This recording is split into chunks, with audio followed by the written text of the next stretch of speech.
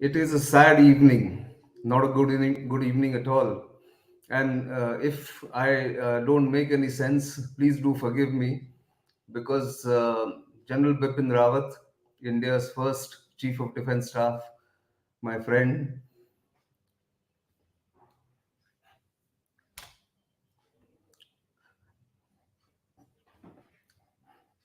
as well as a great military leader, has died in a tragic air crash in the Nilgiris, as you are aware. He was somebody who epitomized all that is good about the uniform, about the Indian Army, about the Indian military. It was just a month ago, or more than a month ago, on October 21st, we had this annual defense conclave called India Defense Conclave, where he came with so much pressure on his time and yet spent very fruitful 40 minutes sharing his thoughts about India's military, his plans for integrating India's military, the future of warfare, the future of the modern war that is likely to be faced by India, cyber space. He spoke about prioritizing acquisitions to face the entire spectrum of war that is changing so fast. But more than that, General Bipin Rawat was a warm human being, very jovial, and a very open-minded military leader who cared for his subordinates, who cared for this country, and who had been pushed into or thrust into a position which most other people would have felt overburdened with. I had number of occasions to interview him as first the army chief when he was appointed in on 31st December 2016, and later as CDS. But my first meeting with him was way back in 1998 in on the China border at Wolong. And when I recently went there again after nearly 23 years, and I came back and I shared the changes that have happened in these 23 years, he was so happy to understand the transformation that people like him in the leadership position are able to bring to India's defenses, India's capability, the military strength. And he was working with great vigor and against all odds, I would say, that to bring theaterization, to bring in more integration, to make the Indian military future ready, rather than looking at the previous wars. Of course, he had the advantage of being son of a general officer. His father, Lieutenant General Lakshman Singh Rawat, remember, retired as a Lieutenant General. He had the distinction of commanding the same uh, division, the 19 division in Baramulla, as his father. But he had many firsts to his name. One, that he is India's longest serving four-star general. He was, tragically, we have lost him. He also had 3 full years as army chief, and it was during his tenure that, as chief, the Uri surgical strikes, rather, as he was a vice chief that time, surgical strikes took place. But he also launched the operations against Northeast militants in across the border in Myanmar in June 2015, when Indian soldiers were killed in Manipur by the insurgents there. But that apart, General Rawat's legacy, and he's speaking at our one of our conclaves. He was a consistent supporter of one of our portals, one of my portals, bharatshakti.in, where he wholeheartedly supported our effort to encourage the Make in India concept that the government of India has undertaken. He was always batting for self-reliance in defense. He was bold, he was brash, sometimes made very controversial statements, but such personalities do make such controversial statements, or are not bothering about the consequences, who speak their mind. That was Bipin Rawat for you. Very simple, very approachable. In fact, launched two of my books, one in Pune, and the other, the biography of founder of the RNAW, RN Cow, in Delhi, when National Security Advisor Ajit Doval couldn't make it because of some emergency meeting. He gamely stood in and launched that book at the uh, IIC. And in fact, he was always supportive of Bharat Shakti, as I mentioned. But more than that, how he should he be remembered by the military and by the people? Well, two things. There will always be critics who will say that he was a man in a hurry. He did not have conceptual clarity, and he bulldozed his way. He also benefited from what a lot of people thought was his advantage of being from a certain state. But every one of us will have some negative trait or a negative opinion that people have about us.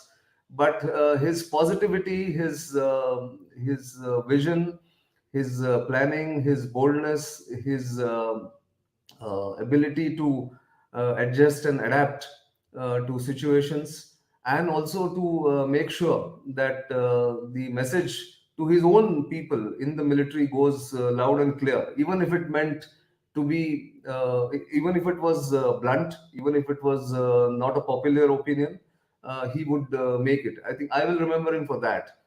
He took many unpopular decisions in the military because he believed that if Indian military has to be sort of caught by the scruff of its neck and brought into the 21st century, it needed to shed a lot of its legacy, which has outlived the time, which had outlived the utility. And he always believed that to make the Indian military future ready, he must make haste. He knew he had 3 years as the first Chief of Defence Staff of India, and he was determined to make full use of it. He did face pushback from within the military bureaucracy, from within his own organizations, but he was undeterred. The last I spoke to him was just about 10 days ago, when he had gone visiting a private firm in Nagpur, Solar Industries, to witness one of their new products. And when he came back, he said that this is where I see India's future, in the private sector. He is the one who thought of not just getting the private sector to get new innovations done, and also manufacture something that was unheard of. He was the one who pushed for indigenization of the Indian artillery systems. Indian artillery plan is something that is supported, and I think the Prime Minister was depending on him on various issues to make sure that the plan for Atmanirbhar Bharat in defense would go through. Unfortunately, we've lost him in this tragic crash. The other thing that I remember about him is his energy. He was so energetic. One instance that comes to mind was that he was abroad somewhere, whether it was in US or Russia, I don't remember, but he came from there, changed into civilian clothes, flew to Calcutta recently to attend the final of the Durand Cup, which he was passionate about. And then from there, he went again down south somewhere for another function. So he obliged unknown people. Or when he thought the cause was just, he would go out of his way to support the cause, support the young entrepreneurs or young innovators. And also, he wasn't somebody who was parochial in the sense of the army term. I remember on his staff, he had his personal staff, his professional staff. People were drawn from various regiments, not just the Gorkha Rifles that he belonged to. He had people from artillery, he had people from grenadiers, he had people from the other arms of the military. And when he became CDS, he made sure that the kind of staff that he had and the kind of team that he put together was reflective of his responsibilities as the first Chief of Defence Staff, India's principal military advisor. In fact, many of his concepts may not have come through, but for the fact that he was determined to push it through. He was sometimes, as I said, um, unmindful of what he was speaking, because he was clear that he was speaking his mind. He was transparent. Of course, he had differences with his peers, his colleagues, some of his seniors, but that never stopped him from being what he was, a warm hearted person, a thorough military professional, and a military professional who had done ticked all the boxes and had become the army chief. Of course, there was the controversy at that point in time when he superseded two of his seniors to become the army chief. But it is to his credit and to the credit of the other two seniors who were superseded that for the 6 months or so that they were in service after he became the chief, that there was no outward or overt clash or any recriminations or any resentment amongst themselves. They were all professionals. They were all people who grew up in a military which carries so much of or gives so much of weightage to the professionalism, to the ethos, to camaraderie, to the loyalty, to uniform, and to your friends and to your colleagues and comrades. That General Bipin Rawat will remain forever a military leader who truly embodied what is right with the Indian military, with the Indian soldier. And one just can't get over this. This is a tragic day for the nation, for his family, his two daughters. My heart goes out to them. One of them used to live with him here. The other was married in Mumbai, and I remember uh, him speaking so fondly about the daughters. In fact, he also used to say that he spent so much of his life on the field that his wife, Madhulika, who was also tragically perished in this accident, along with 12 others who were on board that helicopter, Me-17 V5, which was going to Wellington. That Mrs. Madhulika Rawat, could not spend much time with him in during his service. But the past 4 years they were together regularly. They were gracious hosts. Always they made sure if there were social functions that they attended. And as I said, one of the things that I admired him for, apart from his military professionalism, his warm-heartedness, and his ability to uh, take different people along, and his ability to be a good listener, was his energy. He was 63. It's not a age to depart from this earth, but he's gone. We will always remember. I will always remember. I'll always miss him for what he was as a friend, as a senior, and who always said that you graduated. I've seen you graduate from field reporter to somebody who's now looking at higher issues or bigger issues that concern the Indian military. And I am always there with you. Feel free to come. We used to exchange WhatsApp messages. We used to also comment on many of the issues that came up once in a while. He always knew that there were a large number of critics who did not like the way he was conducting his job as the CDS, before that as army chief. But he was undeterred, as I said. I have no words really beyond this.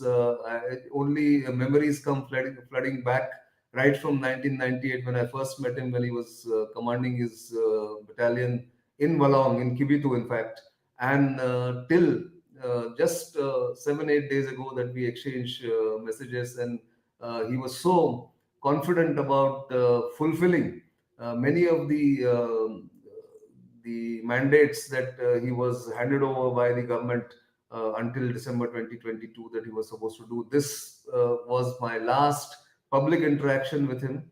And this was the evening when he was hosting the visiting chief of defense staff from the UK. And before that, he was trying to uh, also fulfill some of his other duties with ministers, and yet between that time of meeting the ministers and talking to people, he came in there. I remember many of his staff would despair that he is not resting enough, not giving himself time to think, but he knew his time was limited as CDS, and he wanted to make the best use of the time that he had. Tragically, unfortunately, his life has been cut short. The heart goes out to all the people who were with him on board. The Rawat couple, of course, was India's first military couple. India will have to find a suitable replacement, but General Rawat can never be replaced in that sense, given the kind of personality that he was. You liked him, you hated him, but you couldn't ignore him. He was the kind of a person, a military leader, a warm-hearted person. I'm repeating myself, I know, but I can't stop from speaking about what he was for this nation, for the military, and for me personally, uh, as someone who never ever said no to me on anything that I asked about, attending a seminar, launching a book, coming for a function. He was always game, and we can only pray for his departed soul. The God has to give his two daughters the strength to bear both their absence, both father and mother. And that's all I can say.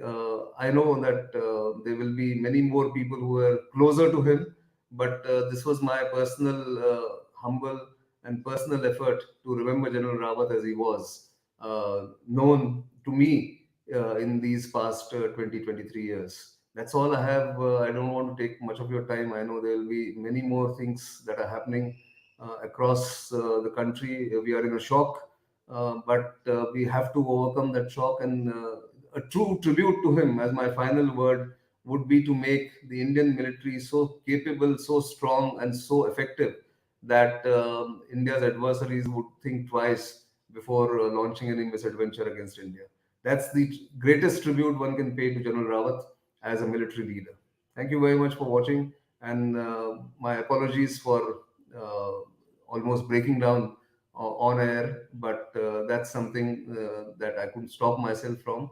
But let us pray for his soul, for his wife's soul, and the 12 other soldiers, military personnel on board who tragically vanished in this accident.